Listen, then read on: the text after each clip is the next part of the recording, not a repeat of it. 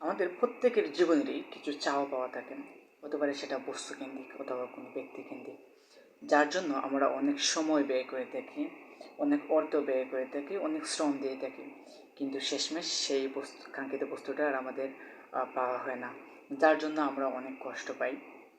কষ্ট পাওয়াটা স্বাভাবিক। আমার কেন কষ্ট পাই? কেন? আল্লাহ সুবহানাহু ওয়া তাআলা তো যা করেন আমাদের মঙ্গলের জন্যই করেন, এবং যা মঙ্গল তাই আমাদের জন্য তিনি করেন, এবং আমরা এটা বিশ্বাস করি। তা সত্ত্বেও আমরা কেন কষ্ট পাই? হ্যাঁ, আমরা কেন কষ্ট পাই জানেন? কারণ আমরা নগদে বিশ্বাসী। আমরা মানব জাতি নগদে বিশ্বাসী। কোনো কিছু যদি হাতে হাতে পেয়ে যাই, সেক্ষেত্রে আমাদের সেটা নিয়ে কোনো আপত্তি থাকে না, বিবাদ থাকে না, হোক ভালো অথবা মন্দ, ফলাফল যাই হোক। যদি আমার হাতে হাতে পেয়ে যাই, সেক্ষেত্রে আমাদের কোনো সমস্যা নেই।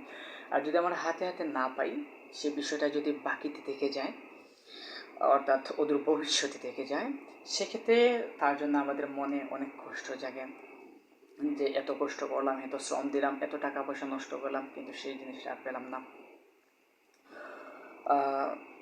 হ্যাঁ, যদি এমন হতো যে ওই বিষয়টা তো আপনার জন্য ভালো নাও তো হতে পারতো।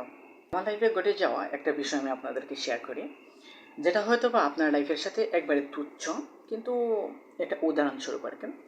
আমি তখন সিলেটে ছিলাম।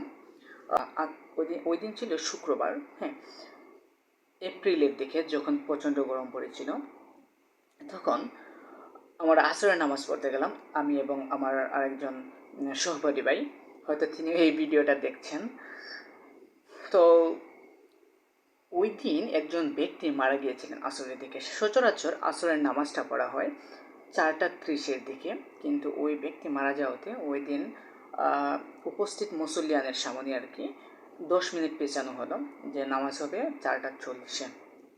আমি মনে মনে একটু কষ্ট পেলাম, যে এমনিতেই গরম, একটু মসজিদের ভিতরে এতটা গরম না, যদিও এসি ছিল, ফ্যান ছিল, কোনো সমস্যা ছিল না। আমরা বাইরে নামাজ পড়তে, আমার যিনি সহপাঠী ছিলেন তিনি বাইরে নামাজ পড়তে চাইছিলেন, কিন্তু আমি আমি দিই নাই, কারণ যে উপরে গেলে হয়তো একটু ফ্যানের বাতাসটা তো পাওয়া যাবে, অন্তত গেলাম। কিন্তু মনে মনে কষ্ট পেলাম যে কেন 10টা মিনিট পিছানো হলো। এর মধ্যে ঘটে গেল একটা অবাক করা ঘটনা। ঘটনাটা ঘটেছিল হয়তো 4:35-এর দিকে হবে। হঠাৎ করে একটা ফ্যানের পাতা ছিঁড়ে আস্তে করে, যেভাবে বিমান ল্যান্ড করে ওইভাবে আস্তে আস্তে আস্তে আস্তে, কারো গায়ে লাগা নাই, একদম ফাঁকা জায়গা দিয়ে এসে পড়ল, কারো গায়ে লাগে নাই। সবাই হতভম্ব, সবাই দেখলো। দেখার পর সময় মতো, অর্থাৎ 4:40 বাজলো, নামাজটা সবাই পড়ে নিল। পড়ে সবার মধ্যে একটা মানে কি কথাবার্তা, যে ফ্যানটা পড়লো ইত্যাদি ইত্যাদি। আমি আমার সহপাঠীকে বললাম যে ভাই, আসলে আমি মনে মনে কষ্ট পাইছিলাম যে 10 মিনিট পিছানো হয়েছে টাইমটা, মানে কী জন্য না পিছাইলেও তো হতো, কিন্তু চিন্তা করছেন যদি 30-এ নামাজ হতো। হ্যাঁ, আমাদের যে হুজুর ছিলেন, ইনি যখন নামাজ পড়াতেন, 4 রাকাত নামাজ পড়াতেন, ওনার 12 থেকে 13 মিনিট লাগতো, কম করে হলেও 12 থেকে 13 মিনিট লাগতো, উনি ওইভাবে নামাজ পড়াতেন। তো ওই সময় যদি নামাজরত মানুষ যদি থাকতো, তাহলে কি হতো, যে ফ্যানটা হয়তো কারো শরীরে লাগতে পারতো, কারণ যেহেতু নামাজ শেষ হওয়ার কোনো পসিবিলিটি ছিল না।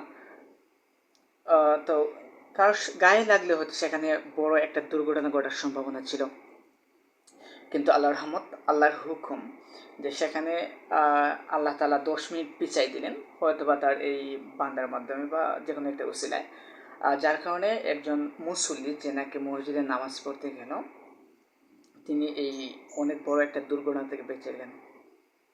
হ্যাঁ, কারণ এরপরে আমি কষ্ট পাইনি, কারণ আল্লাহ যা করেন ভালোর জন্যই, কারণ আমি ফলাফলটার সাথে সাথে পেয়ে গেছি। যদি 30-এ হতো তাহলে সেখানে অ্যাক্সিডেন্টটা ঘটে যেত। হ্যাঁ, আপনিও যদি সেম বিষয়টা যদি আপনার লাইফে যদি প্রয়োগ করেন, আপনি চিন্তা করলে হয়তো বা পেয়ে যাবেন, অথবা অদূর ভবিষ্যতেও পাবেন, যে আল্লাহ যা করছেন আপনার মঙ্গলের জন্যই করেছেন। আপনি হয়তো ভাবছেন যে সেটা পেয়ে গেলেই আপনার জন্য আপনার চলতো, কিন্তু আল্লাহ সুবহানাহু ওয়া তাআলা জানেন কোনটা আপনার জন্য উত্তম, কোনটা আপনার জন্য অনুত্তম। সুতরাং আমাদের উচিত যে মনকে বোঝানো, এবং এই বলে যে তোমার স্রষ্টা তোমার জন্য যা করেন তোমার মঙ্গলের জন্যই করেন, তোমার ভালোর জন্যই করেন, অতএব তুমি তোমার স্রষ্টার প্ল্যানের উপরই সন্তুষ্ট থাকো।